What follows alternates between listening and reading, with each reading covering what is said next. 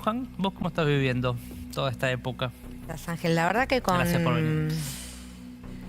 con sentimientos que se contraponen, digamos. Por un lado, celebro que la justicia de nuestro país haya dado fin a una causa que lleva 17 años, que tuvo todos los pasos, que le dio a los imputados, luego procesados y finalmente condenados, todas las posibilidades de defenderse y de apelar. Y finalmente se termina quedando firme esa condena con un rechazo de la Corte. Eso yo creo que es algo que a todos nos hace bien, que la justicia funcione nos hace bien. Y por otro lado... ¿Confías en la justicia a pesar de todos los tiempos? Mirá, yo tuve que confiar en la No te quedó otra. justicia obligadamente, porque si no la otra te era... un segundo, María Luján, si alguien no sabe, María Luján es la madre de uno de los tantos muertos en la tragedia de Once, de Lucas Menguini. Obviamente mucha gente te conoce, pero quizás nuestro público, mucha gente no recuerda el caso puntual, 2012, y todo esto que estamos viendo lamentablemente en imágenes. Y la justicia tardó bastante también en determinar distintas situaciones y condenas. En el 2012, cuando ocurre la tragedia de Once, obviamente muere Lucas y 51 pasajeros más. La justicia de nuestro país era la misma que hoy. De hecho, el TOF 2 fue el que estuvo a cargo del juicio oral y público. El doctor Gorini estuvo ahí. La gente tenía la misma sensación que tenía yo, de que nadie iba preso, de que nunca pasaba nada. Mirábamos para atrás y veíamos Amia, que quedó impune. Veíamos Cromañón, que ya habían pasado casi 10 años cuando ocurrió la tragedia de Once, y todavía estaban los familiares cruzándonos en Comodoro Pi sin que la causa avance. Entonces, por obligación, confié en la justicia, porque era lo que debía hacer, no porque la justicia a mí me dijera quédate tranquila, que acá las cosas van a funcionar. Y porque si no, lo que me quedaba era quedarme en mi casa llorando, creer el relato que en ese momento intentaba instalar el gobierno de turno, que era un maquinista de un tren borracho o dormido. Finalmente, la tragedia de Once logró justicia después de 3 años. Es inédito los tiempos que tuvo. Tuvo una investigación de 1 año. Antes de cumplirse el año fue elevada a juicio oral. Un juicio que duró 2 años, con 29 imputados, con 26 condenados. Y entre ellos, los condenados eran parte de lo que era el poder político y económico de ese entonces. Era el gobierno. Y esto que vemos hoy, yo lo sufrí. En ese momento, los familiares de la tragedia de Once, por haber enterrado un ser querido y pedir justicia, la pasamos mal. Sí. Sí, fundamentalmente... O sea, vos habías perdido a tu hijo y encima te amenazaban por pedir justicia. Yo tuve a la semana de enterrar a Lucas a gente muy cercana al ministro Julio De Vido adentro de mi casa ofreciéndome plata, un auto, trabajar con don Julio. ¿Así te dijeron? Sí. Y si no, cuando le dije a todo que no, me preguntaron si no tenía miedo, que me estaba metiendo en algo. Y también les dije que no.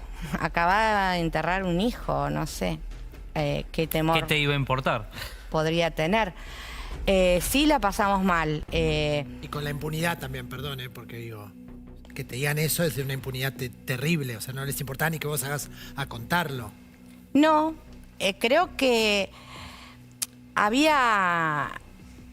es lo que yo siento. Había como un cierto prejuicio por parte de quienes después fueron condenados, de que los muertos de la tragedia de Once eran todas personas trabajadoras. Fue un tren que chocó 8:30 de la mañana, llevaba laburantes y estudiantes de la zona oeste, muchos con trabajos precarizados, muchos sin tener una obra social. Eran pobres y creyeron que por ser pobres tenían un precio. Y lo que la gente tenía era valor, no precio. No pudieron comprar a ninguno. Pero hubo intentos de compra de A mí, testimonio. personalmente, me lo ofrecieron, ¿A vos sí. En Yo tu puedo caso, hablar por claro. mí y Sí, sí, sí, sí. y obviamente tengo Prestaste- conocimiento de otros familiares que también. ¿Prestaste testimonio en la causa diciendo esto? ¿Pudiste Yo contarlo? no tenía, digamos, no, sí lo conté en un diario que escribí, que fue público, y lo dije muchas veces porque yo no tengo nada que esconder. Me acuerdo que en ese momento mi papá falleció el año pasado y me decía, no cuentes esas cosas porque tenía terror Miedo. de Tenía que me miedo. hicieran algo. Recuerdo que al mes de la tragedia, cuando hacemos el primer acto, lo hicimos muy temprano a la mañana, como siempre hacemos a la hora que sucedió el choque, y después hacíamos uno a la tarde, y yo en ese interín decidí ir a ver a un médico y se me fue la hora y perdí noción del tiempo y me quedé como 3 horas donde no tenía el celular encima y recuerdo que preocupé a todos y que vivíamos así, vivíamos con miedo de tener autos parados en la puerta de mi casa, de que me pinchen el teléfono, a mí, a mi hija. ¿Y eso cuánto tiempo duró? O sea, ¿en qué momento dejaste de sentir ese miedo o esa Yo ansiedad? nunca tuve miedo. Sí era molesto porque estabas hablando por teléfono y sabía que te estaban escuchando todo el tiempo. Te dabas cuenta. O también, a ver, fueron diferentes momentos. Había, por las redes también, aprendí a no leer. ¿Te amenazaban por redes también? Sí, y por redes, porque siempre hay uno que es más papista que el Papa, entonces como que Claro. esto es lo que también se ve hoy, que después no se puede controlar. Cuando vos desde un lugar de poder o desde un lugar donde podés amplificar tu voz, generás o provocás violencia, después eso cuando derrama se te hace incontrolable y no sabés qué va a ser alguno de allá que te cruzás. Sí, la verdad es que sí, así como obviamente sentíamos muchísimo respaldo por mucha gente, sí uno tenía miedo. Ahora, sobre las redes aprendí, yo las uso para comunicar. Pero no lees. No leo lo que me comentan, no. Yo digo lo que quiero y no escucho lo que me dicen. María Luján, hoy te convertiste, bueno, hace muchos años ya en un referente público por este tema, fuiste diputada. Pero cuando ocurrió la tragedia, que pasó en 11, pero podría haber ocurrido en cualquiera de las otras terminales, eras una persona, que se entienda bien esto que decir, normal. Que ibas a trabajar, tu hijo iba a trabajar, bla, bla, bla, bla, bla, bla, bla. ¿Cómo cambió tu vida a partir de la corrupción, puntualmente, que es lo que estamos debatiendo siempre, ¿no? Es lo que mató a mi hijo, la corrupción. Primero, La vida tuya y de tu familia, porque... primero que no tener a mi hijo es un aprendizaje todos los días, porque no hay día, pasaron casi 13 años, donde uno diga, bueno, ya está, ya me acostumbré. No, eso no pasa. Hablamos mucho con Matías Bañato, que sé que lo conoces Sí, y te estima mandamos un mucho. beso, Mati. Estas cosas de que uno cuando está en este lugar y escucha a los otros que con el tiempo todo lo cura. Bueno, no, el tiempo todo lo cura, no. No lo cura. Hay cosas que no. Cambia, pero no lo cura. Uno aprende a convivir con eso, aprende a pasar los días de la madre sin el abrazo del hijo. Y también las cosas buenas, digo, qué sé yo, hoy tengo 2 nietos hermosos, hace poco nació Enzo, mi nieto menor, y duele que no conozca a su tío o que Lucas no lo pudo conocer, o Paz, que es la hija de Lucas. Tenga pocos recuerdos del padre, ¿no? Sí, También, porque era chiquita. lo tiene bastante presente, pero ella cumple 18 ahora dentro de Claro, poco, pero murió cuando ¿qué? tenía 4. 4. Pero bueno, sigue su camino con la música. Lucas era músico y Paz también. Y bueno, eso de decir, bueno, hoy Paz tiene sus canciones, compone, y verla arriba en escenario y que su papá no pueda verla, esas cosas duelen. Y después estas cosas más mundanas, como lo que te decía, aprendí a usar las redes y ver lo bueno y no ver lo malo. Recibo mucho cariño y mucho apoyo. Y los comentarios malos no soy de bloquear, salvo que insulten, porque no me gusta, no me parece. Me parece que con las personas que tienen que insultar, no vale la pena ni perder el tiempo, porque hay muchas maneras de decirse las cosas, y creo que cuando se llega a ese punto es porque no tienen más herramientas. Yo no me voy a poner a discutir así, pero trato de no leerlas. Sí aprendí a ser responsable y eso también me hace más exigente a la hora de ver y de analizar los comportamientos de otros. Yo sé que cuando... Bueno, hoy ya puedo hablar más en nombre mío, pero durante toda la lucha y hasta que condenamos al último de los responsables, que fue Julio De Vido, y fue en el 2018, cada vez que yo hablaba era la voz de los familiares. Y sabía que lo que decía estaba representando a mucha gente, que en algunas cosas pensamos diferentes. Lo que sí tenemos es un objetivo en común y nos une un cariño muy grande. Entonces siempre fui muy respetuosa de ese lugar y de cuidarme al momento de hablar, porque sé que represento a otras personas. Por eso creo que sí tengo por ahí, no sé, una vara más alta cuando escucho a alguien que le ponen un micrófono y dice cualquier barbaridad, porque creo que tiene que saber el alcance que tiene y lo que puede generar, ¿no? Cuando sea quien sea, político, periodista, habla insultando, habla agrediendo, eso no está bueno. Eso vuelve y genera también peleas que no están buenas para nada. ¿Qué sentiste con la condena de Cristina? Yo siento que se hizo justicia. Siento que hay una conexión, eso lo dijimos los familiares en un comunicado, entre la tragedia de Once y la causa de vialidad. ¿Cuál es la conexión? La matriz corrupta del kirchnerismo. Jaime, De Vido, Schiavi, los Sirigliano no podrían haberse robado la que se robaron con los trenes si quien era su jefa política no se los permitía. También vimos que lo de los trenes era un kiosquito, eran 2 pesos con 50 al lado de Vialidad, de OTESUR, Nosotros investigamos. En principio, las responsabilidades llegaron hasta Jaime y Schiavi, que eran secretarios de Transporte. Durante el juicio empezaron a surgir las pruebas que podían imputarlo a Julio De Vido. Por eso hubo un segundo juicio donde se lo condenó también a Julio De Vido por la tragedia de Once. Hasta ahí llegaron las responsabilidades penales. Ahora, la responsabilidad política de Cristina en la tragedia de Once era innegable. El tema es que las responsabilidades penales se dirimen en las urnas, no en los tribunales. Pero sí sabíamos que en algún momento esto iba a llegar. Para nosotros es justicia, para mí es justicia.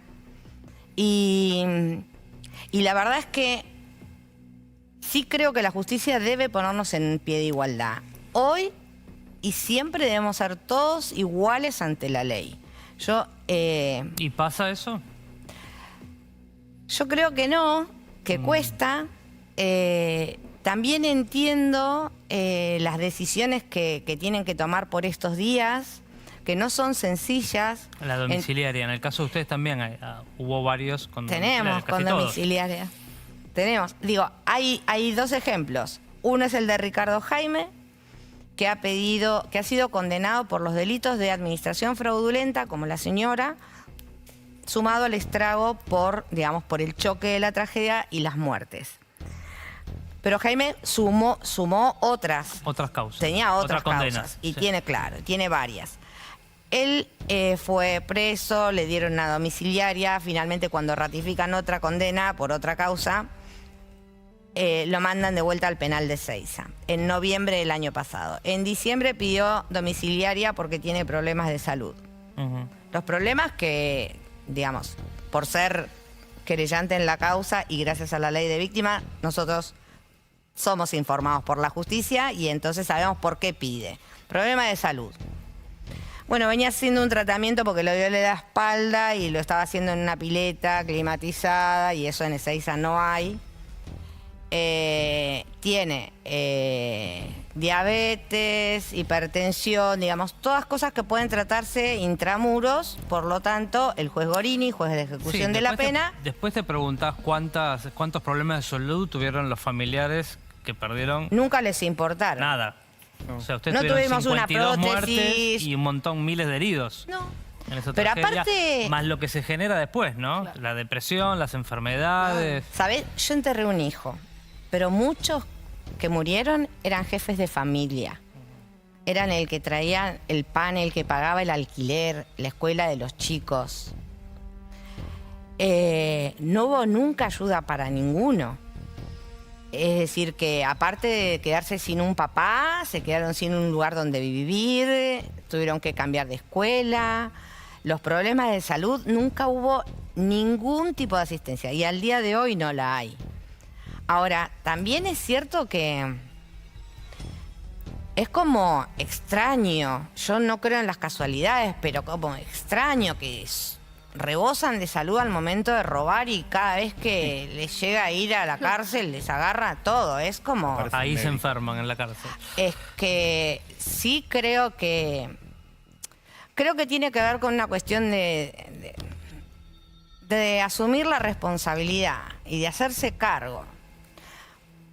Cuando deciden robar, y no hablo en este caso, es en general, así sea el motochorro. Digo, cuando salen de su casa y tienen decidido cometer un delito, están eligiendo. Es cierto, es una decisión ir a robar. Les sale bien, se vuelven a su casa con lo que querían, lo disfrutan. Les sale mal, bueno, es probable que los agarre la justicia y los meta presos. Es parte del juego. Vos lo viviste siendo diputada también. Habrás visto corrupción dentro del Congreso, gente que arregla una guita. Yo no vi nada No, pero habrás escuchado. y debería haberlo denunciado como funcionaria. Yo Bueno, lo que habrás creo escuchado. es que está mal y que eso también le hace muy mal a al país en general, ¿no? Creer que toda la política es corrupta. Porque esa es una buena manera también de alejar a la gente de que nueva. todo es lo mismo. Claro, yo no generalizo Da igual. en nada, porque sería re fácil que los chorros estén en un solo lugar y todo lo bueno estén del otro lado. Yo no creo, no generalizo, no creo que sea así. Creo que hay gente buena y hay gente mala. Creo que hay gente que hace las cosas bien y hay gente que hace las cosas mal en todos lados. El tema es que el que las hace mal no puede ser igual que el que las hace bien. Tiene que haber consecuencias. Nosotros pagamos las consecuencias y las seguiremos pagando de manera perpetua. Entonces sí creo que para eso está la justicia, para ordenar un poco. Y si hay razones humanitarias que ameriten una prisión domiciliaria, uno lo entiende. Nosotros tenemos condenados que la han pedido y consideramos que la merecían. Pero cuando lo que se tratan es de burlar, digamos, o de buscarle la vuelta para no cumplir la pena, eso no. Digo, Schiavi hizo uso de un programa que está pensado para el pibe que sale a delinquir, que va a cumplir unos años de pena y va a tener que salir. Démosle herramientas, que estudien, que se preparen, que tengan algo para que el día que salgan no vuelvan a delinquir. Schiavi era ingeniero cuando ingresó al penal. Aprendió a tocar el ukelele y por eso le redujeron 6 meses de condena. Pero eso se lo permitieron la justicia se lo permitió. La ley 2460 lo permite. Digamos, si el tipo hace cursos... Cualquier curso que vos hagas, de lo y que los fuere. cursos que hacen son estos. Curso No de había música. Tocó el ukelele, aprendió a hacer la huerta. No había nada más serio que pudiera presentar para No, pero está hecho así el Sí, pero sistema. si a lo Cuanto mejor, más, claro. pará, cuanto más Es curso, ridículo. mejor. Yo, cuanto más cursos, digamos, Te van vos quitando. vas quitando más tiempo. Yo presenté un proyecto de ley que no se debatió, creo que quedó en las comisiones, pero para que se modifique este incentivo educativo de la ley 24660 y que contemple el Edad. grado de estudio Claro. que tiene el reo al momento de ingresar. Si vos sos lógica. ingeniero, haceme un máster, no sé, un posgrado o algo, ¿entendés? Porque tocar el ukelele... por supuesto. Él no va a salir Obvio. de la cárcel a tocar el ukelele al subte para ganarse la No, no, vida. no, claramente. Y no robó porque no robó porque la vida no le dio oportunidades, porque... Sí, sí, sí. Porque... No robó para comer. Era un- Bueno, que ese, digamos, discurso progre que tenemos, que nos hace muy mal, digamos, hay... emparejar la pobreza con la delincuencia como si porque no tenés posibilidades o tenés menos posibilidades, vas a salir a robar. No, tenemos un país donde tenemos más del 40% de pobres y no tenemos 40% de chorros. Y eso no explica tampoco Cristina robando, Vudú robando, Devido robando, Jaime robando, esos no eran pobres. Entonces, sí creo que la justicia está para eso, para ponernos en un pie de igualdad. Cuesta, sí, cuesta. También entiendo que ahora esto, digo, si fuera por mí, debería ir a una cárcel común a cumplir la pena. Ujú. Porque no la veo mal de salud, de hecho. Salta, baila, canta y todos los allegados contestan que está bárbara, espléndida, bueno, entonces que vaya donde corresponde. También entiendo que hay cuestiones de seguridad, que el ambiente que se está generando, sobre todo con esta convocatoria para la marcha y todo esto que vos mostrabas, no ayuda. Nada. Que pinten las cosas, que rompan cosas. No está bueno. También sé que es parte de una metodología que tienen que, si no gobiernan, no dejan gobernar. Y no está bueno, no lo debemos permitir. Fue un fallo. Hay que pensar que tiene muchas causas abiertas que van avanzando. Pero además Es- yo lo decía el otro día, Cristina fue sobreseída en otras causas también, por Bueno, corrupción, por o enriquecimiento ilícito. el enriquecimiento ilícito. Entonces, esas estaban bien juzgadas y esta no. Es medio raro el La debate doble que se vara. realiza todo el tiempo. La doble vara es una constante. Es una constante porque hoy leía cuando venía para acá los jueces que puso Macri. No.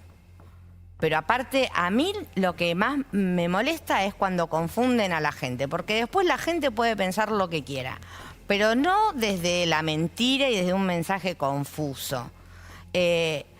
Los jueces no los puso Macri. Así como Milei tampoco pone los jueces. Los jueces se designan y es el Senado el que los va a votar. Y tenemos que pensar que desde que vivimos en democracia, estos últimos 40 años, el Senado siempre estuvo en manos del peronismo, en sus diferentes versiones. Porque los votaron también. Bueno, porque ¿No? los votaron. También Porque tenemos es que hacernos... interesante lo que decía Cristina el otro día. Hay que hacerse cargo del voto. Oh, acá Siempre. nunca nadie. Antes, después. No, Acá pero bueno, nunca nadie. alguien votó a Milei, alguien votó a Cristina, alguien votó a Macri Por en su supuesto. momento. Es que, Ángel, Menem ni necesitamos una ley de ficha limpia, porque si no, no somos capaces como qué ciudadanos raro. de no votar chorros. Qué raro que no salió, ¿no? Es que a mí ya me entristece que la necesitemos. Sí. Digo, uno no debería hacer que por ley le prohíban a los delincuentes Bueno, pero estar por en algo una también se lista. pusieron todos de acuerdo para que no salga. Y quede ahí al costadito. A mí me apena. Se trabajó mucho. Digamos, había un grupo de ciudadanos de la sociedad civil que lo empujaba. Yo peleé mucho también por ficha limpia, pero desde este lugar de decir cuánto nos falta como argentinos, porque yo me acuerdo que después de la tragedia hubo varias elecciones. los familiares habíamos iniciado varias campañas. Una era que los delitos cometidos por los funcionarios sean declarados imprescriptibles. Obviamente que no prosperó. No pasó. Pero sí sigo creyendo que deberían ser así. Y después esto, ¿no? De decirle a la gente, bueno, a ver, porque esto, cuando salieron las condenas, que para nosotros y para todos fue algo inédito, los tiempos de la justicia, condenar a un secretario de Estado, un gobierno que tenía todo el poder al momento de suceder la tragedia, fue algo histórico. Y ahí aparecieron un montón a decir, qué poquito que le dieron. ¿Y por qué a Cristina no? ¿Y por qué a Cristina no? Y nosotros decíamos, bueno, no los voten. Digo, porque nosotros estamos dirimiendo una responsabilidad que es penal. Ahora, el valor moral, eso lo decidís vos con el voto. Si vos ves que en la lista hay un chorro, y no lo votés. Busca y vota otro. ¿Y qué crees que pasa? Las dos cosas te pregunto. ¿Qué crees que pasó con Ficha Limpia? ¿Y qué crees que piensa la gente cuando vota? Yo sigo creyendo que nos falta mucho para entender que la corrupción es igual a muerte. Me tocó a mí aprenderlo en carne propia. Y yo entiendo que el resto te entiende, te dice sí, pero como que nadie quiere ponerse en el lugar de la víctima. Nadie quiere imaginarse estar en estos zapatos. Entonces, es más fácil pensar que, bueno, que no. Y también creo que hay un mensaje como yo siempre que puedo hablar con algún periodista, sobre todo, le digo, tenemos la mala costumbre de, cuando hablamos de corrupción, de cualquier causa, lo que vemos en la pantalla, junto con el relato de los medios, es por corrupción y vemos bolsos llenos de dólares, y vemos mansiones, y vemos yates, y vemos casas lujosas. Y entonces en la cabeza es la corrupción y todo lo que me gustaría tener. Lo aspiracional, lo positivo Entonces, de robar. es difícil hacer el clic.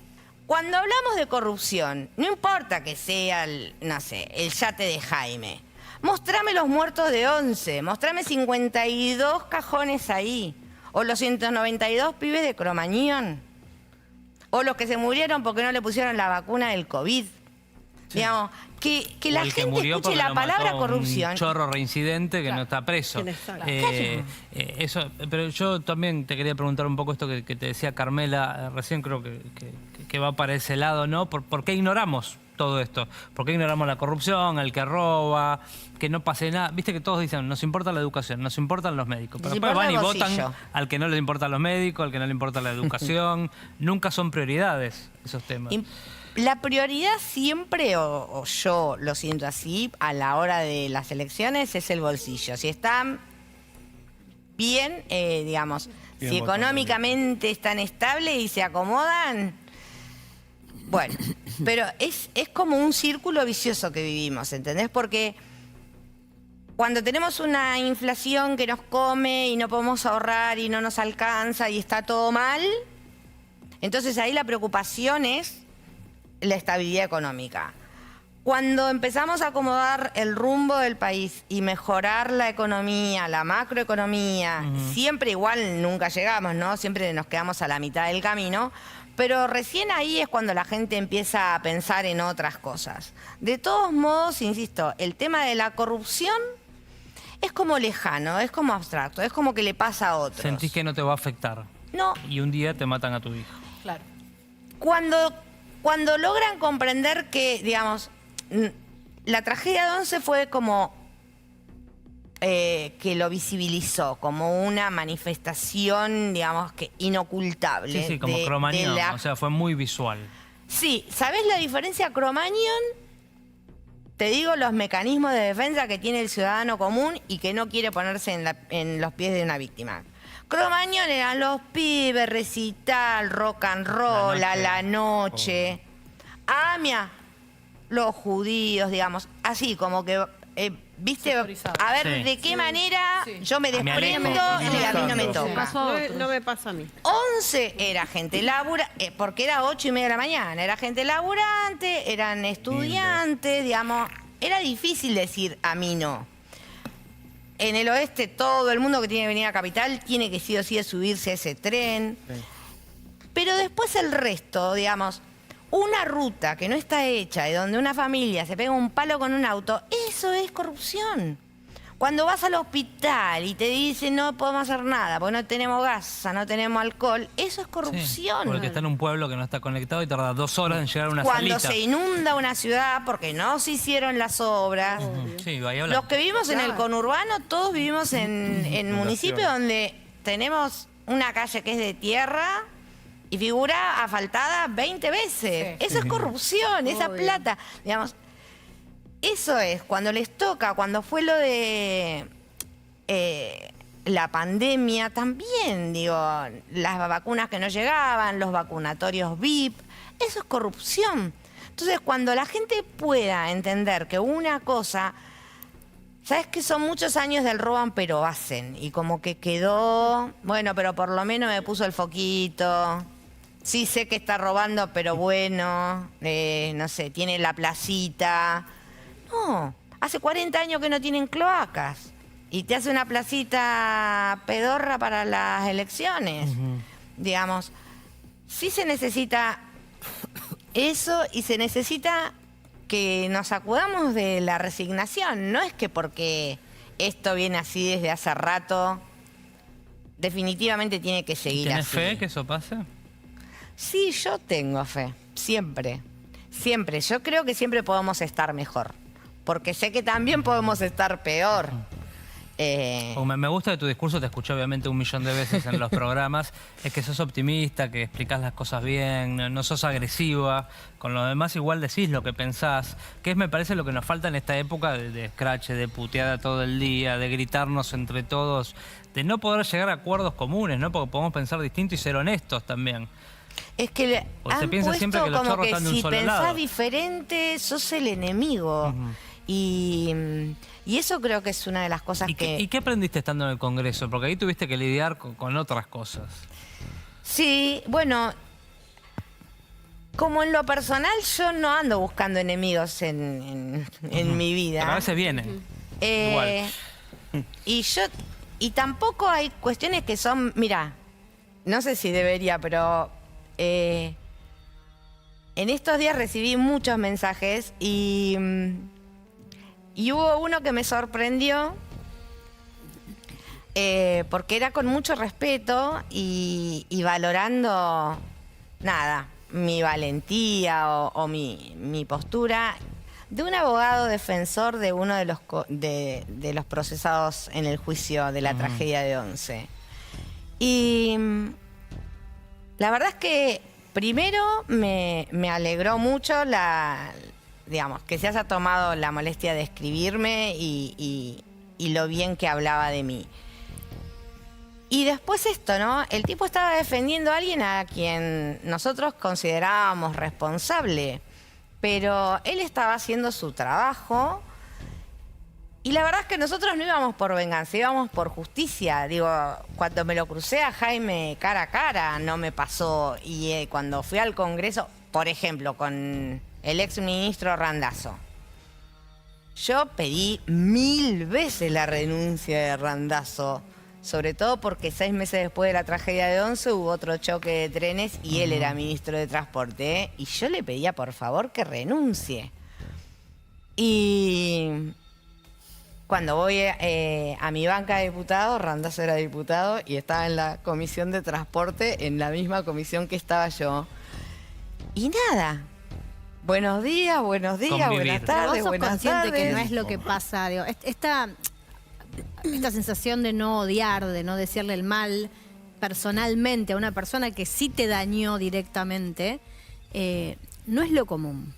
Lo que reina es el odio, es desearle la muerte al otro, es desearle Pasó, un mal. Carmela, con María Julia Oliván, que le mando un beso grande, que se prendió fuego con una Sí. estufa, un accidente Ay, sí, casero, tremendo. y la gente le deseaba la muerte porque había porque festejado pensaba la condena de Cristina, ¿no? Terrible. Es eso Pero por eso digo, lo que pasa. No ella podemos que, dividir... que Es eso. podría, digo, Está como mal. cualquier víctima, ¿no? Víctima directa, digo, tener odio y estar recontra justificado. El día que No es lo encontraron a pasa. Lucas después de la tragedia, Lucas estuvo casi 60 horas sin paradero. aparecer Ujú. arriba del tren. Y en el momento que lo encontraron, al papá... Mi viejo estaba en la estación de 11 arriba, donde estaban los cafecitos. Ujú. Mi hija también. La mando a llamar porque la División Sarmiento de la Federal nos pedía que bajáramos ahí abajo del andén 10. Cuando nos informan que habían encontrado el cuerpo de Lucas arriba del tren, nosotros estábamos abajo y empezamos a ver que empiezan a bajar un montón de policías heridos, sangrando. Y cuando empezamos a ver, yo veía por un monitor y estaban rompiendo todo, quemando todo. Yo tenía a mi papá y un montón de amigos de Lucas míos que estaban arriba. Y yo pensaba, ¿quién puede arrogarse mayor dolor que nosotros que estamos acá y que no estamos rompiendo nada? Nada. Sin embargo, estas cosas, la verdad que suceden. Y también entiendo que a veces suceden porque hay quienes sí lo fogonean, hay quienes sí tienen este discurso. Y cuando este discurso se lo metes a alguien que no tiene capacidad de pensar por sí mismo, que no tiene un razonamiento crítico, repite, lo El exacerba. relatito. Me quedé pensando, María Luján, antes cuando contaste lo de Randazzo, lo de la comisión, si en algún momento, bueno, siendo vos diputada, te habrás vinculado con mucha gente de ese gobierno, te habrás cruzado en alguna, aunque sea en privado alguno, te pidió disculpas, hizo un mea culpa, aunque no lo nombres. No, pero sí tengo que reconocer. O sea, ¿alguno tuvo un gesto humano con una víctima?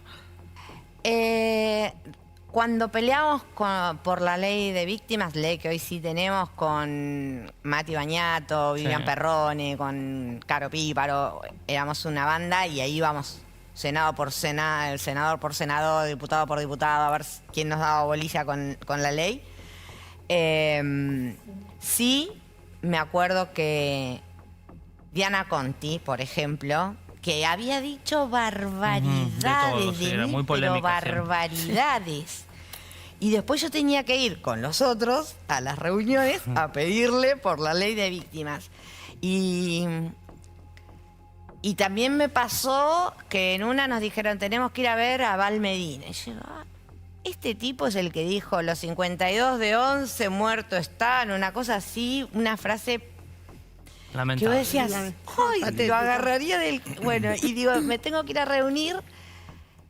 Y ahí entendí que hay cosas que son personales, digamos, que una bronca que pudiera sentir yo por un dicho de este señor no podía ser más fuerte que La misión que tenía. Claro. sacar la ley de víctimas. Si hay que reunirse con Aval Sí, sí. Medina y vamos a reunirnos con... Lo que Relegaste sí lo sentí otro. siempre mucho respeto. Hay que tener fortaleza igual para relegar lo personal y no tremendo. cogotarlo, como decía recién. Bueno, yo sentí mucho temple, respeto. ¿no? En el Congreso, que parece un gallinero muchas veces y... Bueno, ahora está peor que nunca. eh, En el Congreso y en Twitter. Pero está en es tremendo. A veces la verdad que no se escuchan, se gritan. Yo las veces que tuve que intervenir sí sentí muchísimo respeto. Obviamente estaba en un lado del hemiciclo, del otro lado tenía todo Unión por la Patria. Muchísimo respeto. Y he compartido con muchos en las comisiones, gente con la que ideológicamente no tengo nada que ver y que no miro y que seguramente queremos dos países distintos, pero también cuando me enfermé, ahora hace 2 años, he recibido mensajes que me sorprendieron Lo de contaste muy- en tus redes, tu Sí. enfermedad. Sí. ¿Querés contar un poco?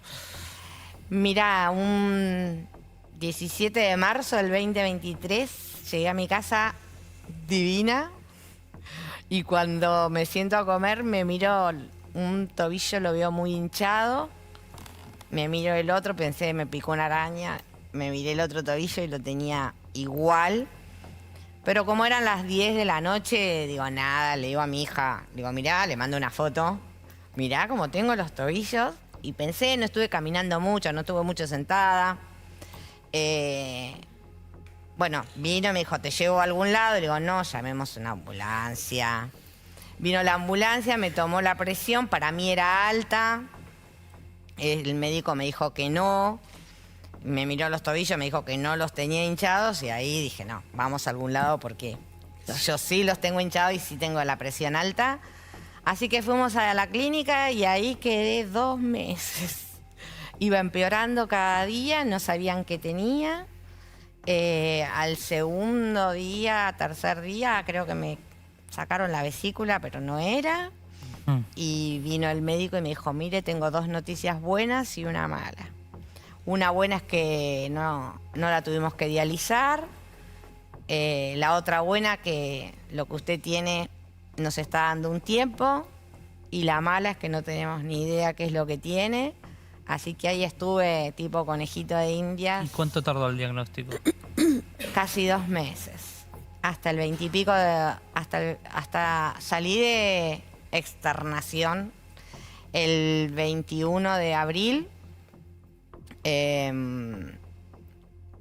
Con el diagnóstico de mieloma múltiple, que es un cáncer raro en la sangre, y una amiloidosis, que es una enfermedad poco frecuente que me afecta riñones, hígado, corazón y vaso. Así que de ahí salí ya con quimioterapia, hice quimioterapia todo el 2023, una vez por semana. Y en diciembre me volvieron a hacer los estudios y bueno, decidieron que había que hacer un trasplante de médula ósea. Así que en marzo del 2024 me hice el trasplante, un 22. Me persigue. 22 de febrero fue la tragedia, un 22 de marzo me operé, me hicieron el trasplante de médula. Y nada, ahora ya cumplí 1 año de trasplantada.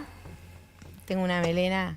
Creció el pelo. Divina. Sí, estuve pelada mal. Sí, obvio. Mal. Parecía Hay que Waldo difundir Wolf. los trasplantes, ¿no? También que a veces nos olvidamos. Ayer o antes de ayer fue el día de la donación de sangre. Sí, ayer. Ayer, ¿no? Sí. Domingo. Lo importante que es, cómo se salvan vidas. A mí me tuvieron que transfundir varias veces sangre, plaquetas y fundamentalmente... Que no cuesta nada, son 2 minutos. 2 con el minutos. bracito. Y lo que son 2 minutos, y aprovecho que me preguntás, yo pude hacerme un trasplante de médula ósea de mi propia médula. Encontrar una médula compatible es dificilísimo. Por eso la médula ósea, el banco de médula ósea es mundial. Podemos encontrar una compatibilidad con alguien de Alemania. Y la verdad es que ser donante de médula ósea es una pavada. Y mucha gente no lo sabe. Primero que cuando hablas de médula, generalmente creen que es en la espalda y la confunden con médula espinal. La médula ósea es como el caracú, la que está dentro del hueso. De huesito. Lo único que hay que hacer es ir, donar sangre, guardan la sangre y si algún día alguien que necesita la médula ósea es compatible, te van a llamar, te van a poner como si fuera en una máquina de diálisis, solo son 3 horas, 4 horas, sí. te filtran la sangre como si fuera una diálisis, pero ese filtrado recoge las células madres. Al donante no le pasa nada, porque su médula va a seguir trabajando, y a otra persona le salvás la vida, porque es lo único Tal que cual. tiene. ¿Qué lo último que te pregunto desde lo personal? Las chicas si quieren preguntar alguna cosa más. ¿Qué le decís a la gente que está por tirar la toalla todo el tiempo? Porque a vos la vida te puso todas las pruebas posibles, ¿no? Tu Yo creo que ya hijo, estoy. esto, digo, y siempre te vi en la tele, por lo menos yo no te conocí hasta hoy acá, con ganas, con voluntad, con fuerza para seguir adelante. Yo creo que la vida hay que celebrarla, la vida hay que vivirla, que los sufrimientos son parte de la vida, digamos. Como las enfermedades, como la vejez. Y tenés siempre, yo siempre digo lo mismo, ¿no? Uno cuando tiene la posibilidad de elegir las cosas es responsable.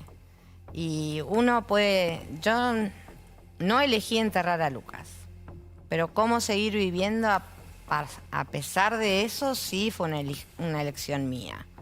Y lo hice porque primero pensé en mi hija,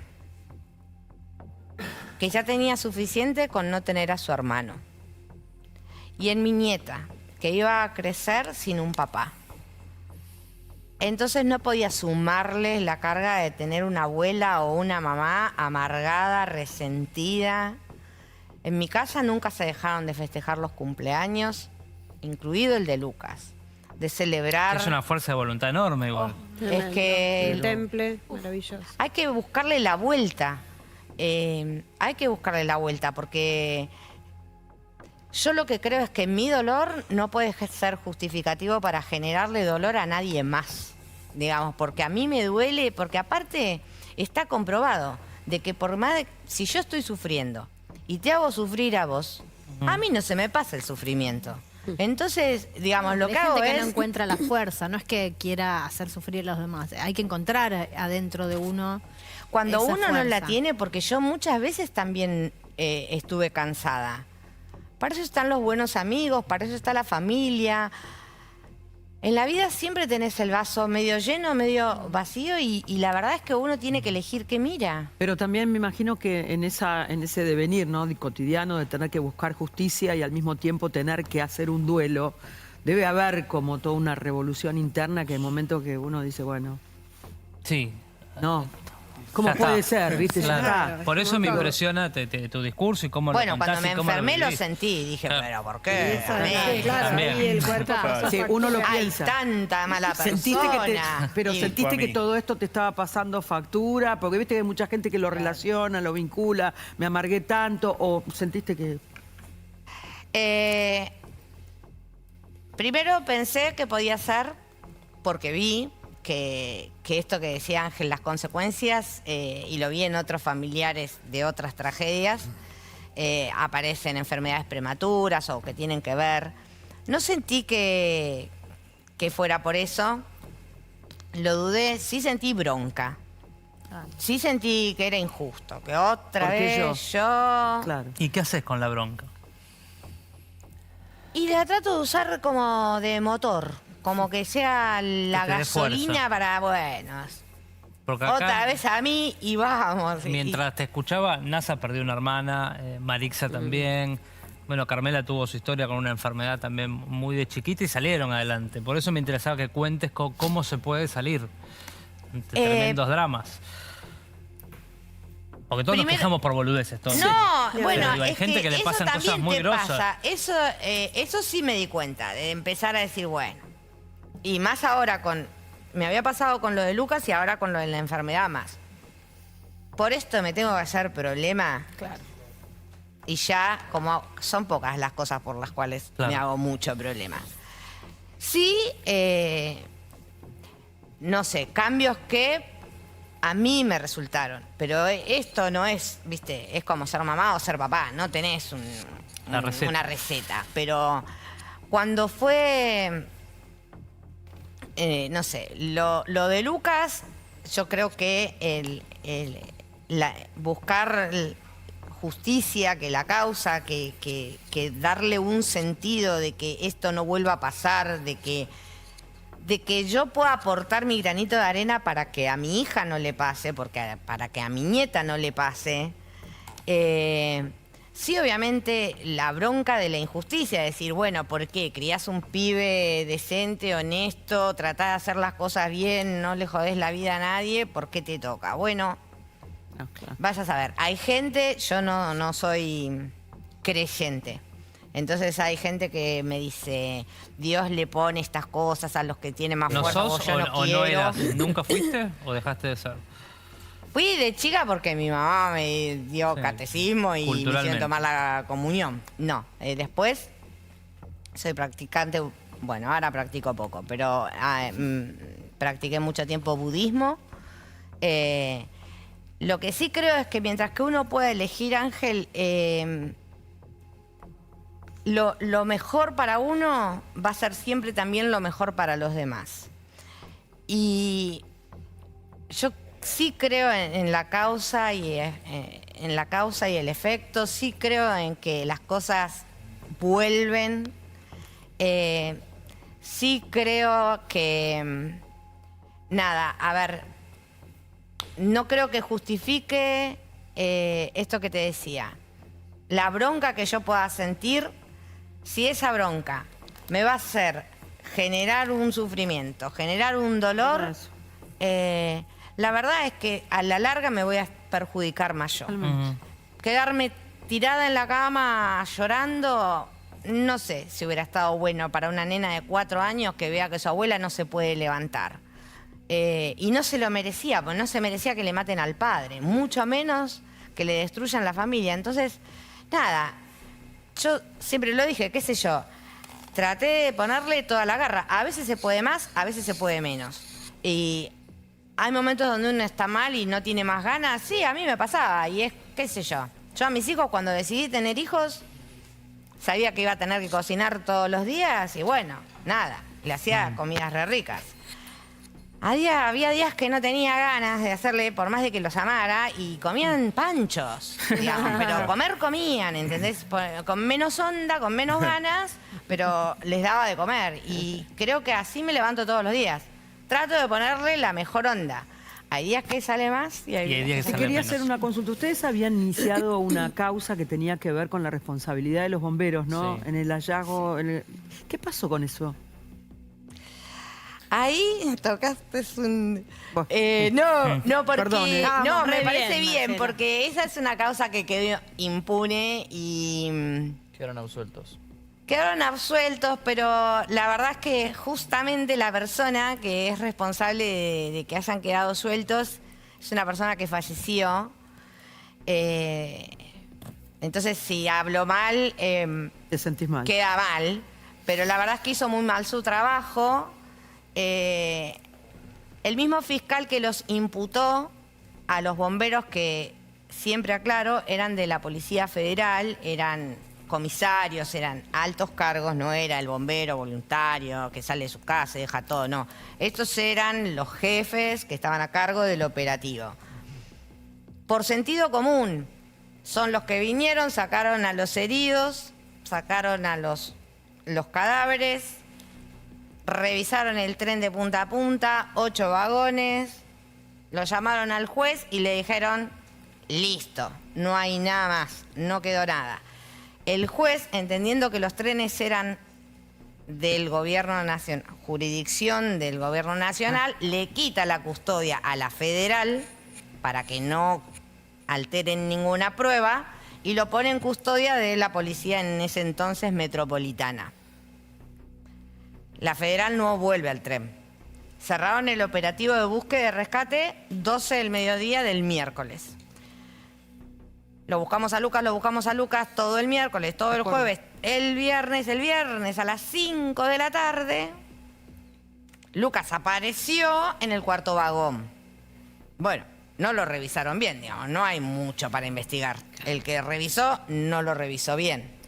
Eran estos 6 comisarios que estaban a cargo del operativo. Para el fiscal de ese momento, sobraban las pruebas para imputarlos por el incumplimiento de deberes de funcionario público. Una pena de 6 meses, una multa de 700 pesos, tampoco era tanto. A mí lo que me interesaba era que se hagan cargo de que habían hecho mal el trabajo. Claro, 60 horas después. Porque todos esos días, sin tener una respuesta... debe Y haber si sido Lucas pero hubiera fue muy sobrevivido, Claro. Sí, si claro. hubiera estado herido, Claro, sí, mucha sí. negligencia. No, pero aparte fue el recuerdo de todos es tremendo, imagino, para ustedes. y el mismo fiscal, que se supone que generalmente no es el mismo que va al juicio, por lo general cambian, en este caso, como era una causa chiquita, deciden dejarlo. Y cuando fuimos al juicio, la doctora Servini de Cubría era la jueza, el fiscal No hizo una sola pregunta, fueron 5 audiencias nada más. Llegó tarde a todas, no hizo una sola pregunta. No tomó nota de nada. Bueno, no dijo nada y pidió la absolución porque faltaban pruebas para condenarlos. No sé qué le pasó en el medio. Ante ese requerimiento del fiscal, obviamente, Claro, Se terminó. lograron Hubo la salida absolución. para Claro. Uno de ellos murió en Iron Mountain. ¿De los bomberos? Ah, mira, con la pared que se cayó. Era el jefe.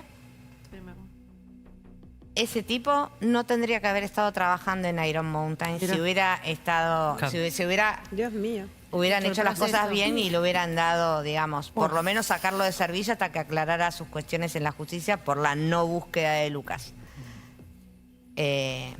Pero, mira, yo cuando iniciamos esa causa yo quería particularmente que me pidieran disculpas, solo que me pidieran disculpas. En la audiencia frente a los jueces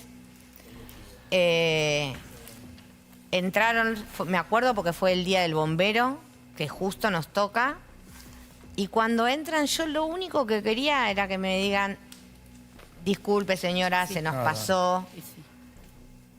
Y lo que escuché fue, bueno, el pibe se vestía buzo gris, mochila gris, camuflado con las chapas del tren. No. Eso No. dificultó que nosotros, como si mi hijo hubiera pensado. Claro. Ese día ¿Cómo camuflado. se iba a vestir Aparte, con para, la eso, gente? para eso son especialistas, si no lo Ahí íbamos a me buscar dio- nosotros. Qué frialdad. Ahí me dio mucha bronca y ahí dije, no, te equivocaste, hiciste las cosas mal, Sí. ya está, no podemos volver para atrás. Tu trabajo y tu Ante responsabilidad. los Perdona. padres, ¿no? Ante los familiares, tremendo. No, tremendo. Ahora, gracias por venir. No, gracias, gracias a vos. porque en general no quieren venir a este tipo de programas pedorros. No nos Me quieren. encanta tu testimonio. Muy claro el relato. Y tengo un millón de mensajes de gente que te quiere saludar. A Matías Bañato le mando un beso enorme que nos está mirando. A nuestro amigo dice que te El ama. gordo, lo amo, Ahora yo flaco, también. ahora flaco. Le mandamos un beso grande a todos.